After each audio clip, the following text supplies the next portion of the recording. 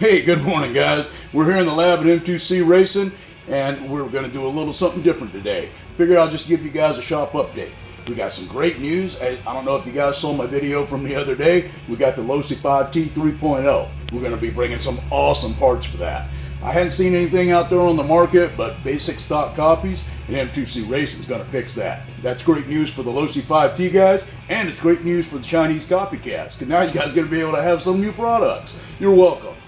You know, I can't thank my customers enough, because a lot of you guys will stick with my products because you know I designed them and put in all the work, and I appreciate you guys.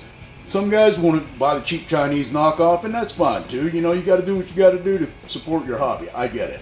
But shout out to all my loyal customers out there. Thank you so much, and we're going to keep bringing it to you. Now let's go check out what's going on in the shop. Here we got the new Basher Bodies prototype square body Chevy for the Mega Creighton XL. Oh, this sucker is sexy. And hopefully this is going to be the final prototype. It looks really, really good. I got to drill some holes in it and get it test fitted. You know, things take time. And over here, we're on the Losi 5T 3.0. This is such an awesome truck. I've decided to start at the back end, and we're working our way forward. Right now, Luis has made it through his Mastercam class, and he scanned and drew all the blocks, so we have a starting point, because we have to get all the dimensions from the stock block to make sure everything fits. And then we're going to make beefcake suspension blocks. Not going to show what's going on over there because I'm going to release this video today, and I figure the least I can do is not give the Chinese a head start. So, but something we do have, I'm going to be releasing this in a couple of days. We're in production on these mud flaps for the 5T 3.0. I'm going to release these this week. They're looking good. I'm liking them. So let's go see. Let's grab my coffee here, and let's go see what's going on out in the shop, because we got some good stuff coming up, guys. All right, so we got some. What do we got coming in? Looks like hinge pins for the 8S. Some axles for the 8S. These are the little blocks that we bolt down our rear support system for. What else we got going on out here? Some smaller. Oh, these are shock shafts. Oh, and look at this. My first truck somebody sent me. This is kind of the equivalent of the high boxing. This is kind of the equivalent of the Mega Creighton. So we're gonna check that out, and I found a skate park here in Charlotte, and I'm gonna take it up to that skate park, and we're gonna see how it does. It's like a 45-minute drive to get, because it's at the top of Charlotte. So we're gonna take it up there, and it's either gonna live or die. We're gonna find out. Anyway, let's continue on. What are we running out here? Oh yeah, Mega Creighton ESC plates. Ooh, look at those Italian towers. Man, that's a sexy part. Mikey's here. It's Saturday morning. Mikey's here because he likes to work on Saturday mornings and take Fridays off. And we're cool with it. Good morning, Mikey. Good morning. And he knows what he's doing. He don't need no supervision. God bless him. What you making? Skid braces. Oh no, we're making the rear supports for the sledge. I better not show the Chinese those dimensions. I'll make them buy it and copy it. Oh, we're making the little T's that go in the little bearing clamps right there out of plastic. So, what do we got? We don't really have anything going on the programming station right this second, other than Luis is finishing up his Mastercam classes and actually making parts now. What do we got here? The battery tray. That's the battery tray for the X-MAXX, I believe. And what's going on over here on the DT2?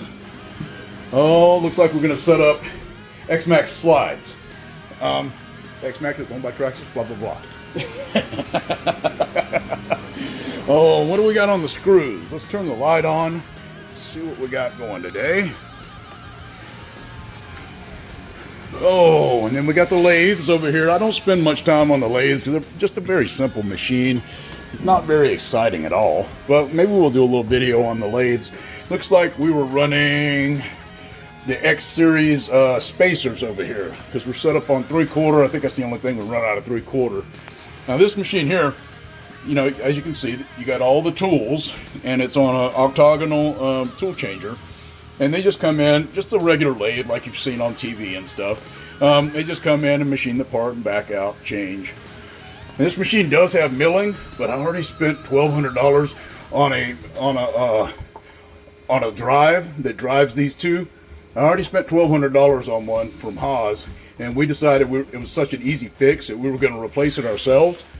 And the one we got, it appeared to work, but you got to remember, if you decide to do the work yourself and a tech doesn't do it, you're burnt if something's wrong with it. And something is wrong with the part that drives these, the encoder, which tells it where. An encoder is like a little, almost like a little clock engraved in glass that a little laser beam passes through. And an encoder is what, every time that mark on that piece of glass, it's kind of like a face of a clock. Every time that mark passes, it breaks that laser that's going through it. That's what tells the machine, okay, this motor is at this position, so I can do the calculations and figure out where the motor is in the controller. It's a complex deal, but that's the basics of how it works. So what I was saying is, I spent $1,300 on this motor, and the encoder is bad on it. So I had to just eat that $1,300 because I decided to do the repair myself instead of paying Haas $200 an hour. That hurts, all right? And they start charging it the minute they leave their shop in Charlotte. Anyway, let's continue on. What do we got going on the screws? Oh, you guys are gonna be happy when we get over there. We are making 10 millimeter hexes over here. So these aren't running today. Everybody's off today. It's Saturday. It's just me and Mikey today. But we're getting those busted out for you. Now you see, we run these in oil. As you can see, we run these in oil, so they look real greasy right now. But over here, check this out. Bam. Y'all know what those are? Losi 5T 3.0 axles, outdrives with removable 5 millimeter pins. We're working on those right now. These are the prototypes, and now we're over here on the 38 with these. This is where we make our axles. We're on the 38, and we got these Losi 5T 3.0, and I think they might be backwards compatible. I'm not positive on that. Not positive on that. So we'll find out, though. I'm sure of that. All right. So, and now we're back here. So here's the deal on machinery, guys. If you have more than one piece and it's moving, something's gonna break, I promise. So this one is broke, obviously. So we hadn't quite got it far enough apart yet, but we have to pull the entire table system off this machine. We have to pull these 4th axes off, then we have to pull the table off, because what's happened is down here below this table and below this H-frame, it's called an H-frame. Let me show you kind of what it does. This H-frame that runs down here, this lifts up with that motor, all right, and switches the pallets. It kind of does this, bam, and switches the pallets out, all right? So there's die pins on the bottom of this thing that stick up, okay? They stick up and help locate this thing, all right? And those pins have springs on them, okay? The springs have gotten packed up with chips, kind of a design flaw. There's no way to get down there to show you, but it's underneath there, and there's die springs in there. And these die springs, they get packed up with chips and don't allow the pallet to sit down properly on the locating bosses. I think I can show you the locating bosses though. Okay, you see? That's the locating boss. Can you see that? You see how it's not sitting on there right now? Matter of fact, that's the locating boss, and this is the locating slot. Okay?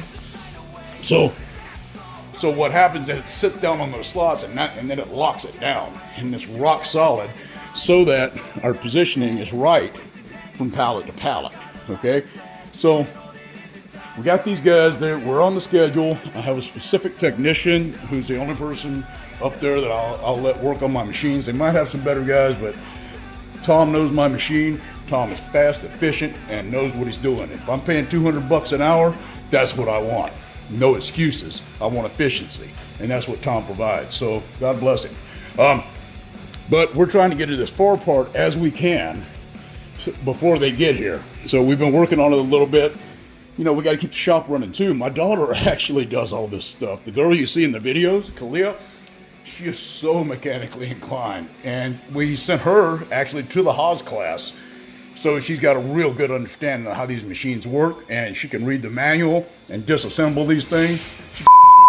Anyway, so what else we got going in the shop today? Is that about it? Yeah, I think that's it, fellas. Quick little shop update. And also, the sale on the S-Series ends tonight at midnight. So get down to M2C Racing, get you some S-Series parts at 15% off right now. We'll see you guys next time.